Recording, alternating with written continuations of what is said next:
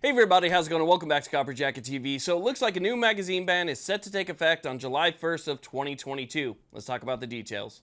Now, before we get started, I just want to say a quick thank you for watching this video. If you wouldn't mind, hit that subscribe button. If you have an extra second, hit the thumbs up button. That would be fantastic. And I want to say thank you to the USCCA as well for sponsoring this channel and my other channel. The USCCA is one of the best memberships that you could have. I've been a member for about 5 years now. You get self-defense liability insurance. You get a great magazine. You get all sorts of online training, education. You get a reciprocity map and a lot more. So check out the USCCA below.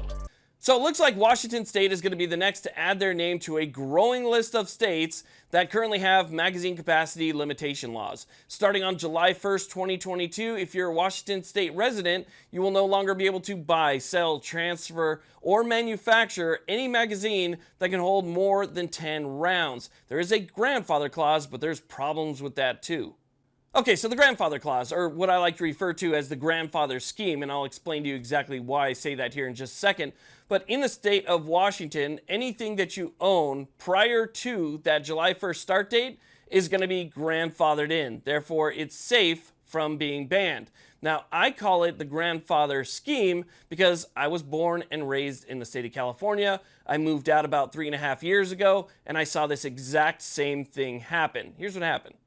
So the state of California, in their infinite wisdom, decided a while back that they were going to get ahead of the curve, and they came up with a ban that's almost identical to what you're seeing in Washington State right now. As a matter of fact, it had a grandfather clause in it, very similar to what you're seeing in Washington State. So with that grandfather clause, they basically told Californians that if you already own or possess these things prior to the ban taking place, you can keep them. They're grandfathered in. They're safe, right? Well, anybody out there want to guess what California did a little bit later on down the road? Probably won't take too long.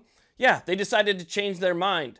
And they basically told people that if you have any of this pre-banned stuff, here's your options. You can send them out of state, you can turn them in, or you can destroy them, but you can't keep them.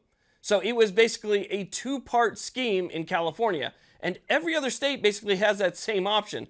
Once they lower the number that are actually in the state, because these things are disposable, some of them break or become damaged or, just wear out over time. California even banned repair kits, believe it or not.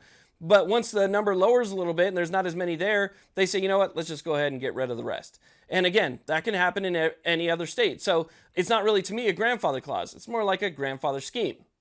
So this one really sucks. I know a lot of great people in the state of Washington. My buddy Edgar lives up there, great guy. I hate to see it happen to him. These laws really don't do anything but restrict the law-abiding, essentially. That's all they really do. The law-abiding are being punished because of the actions of a few, and it's terrible to see. I mean, I'm glad that there are currently cases right now that are making their way through the court system that maybe one day will end up at the Supreme Court, where the Supreme Court should obviously see that this is unconstitutional. At least in my opinion, this is totally unconstitutional. 10 is an arbitrary number. I don't even know who came up with that 10 number, but that's just a number that they came up with. We all know what's standard, we know what's high, and we know what's low, and that's low, right? If the government and law enforcement is not going to do the same thing, then it shouldn't be done to the regular citizen as well. So anyway, hopefully we'll see some relief for this in the future, and I think that a lawsuit should be filed, and I believe there is a lawsuit that was already filed last week in this, for this current law, but hopefully, we see more and more lawsuits. And these lawsuits make it all the way up through the circuit courts to the Supreme Court, and maybe we finally get an answer on this one. But, hang tough, people of Washington State, for now, because, if you just give up, that's it. Forget about it. It's over. Never give up. Thank you all very much for watching. I really do appreciate it. Please like, subscribe. Have a great day.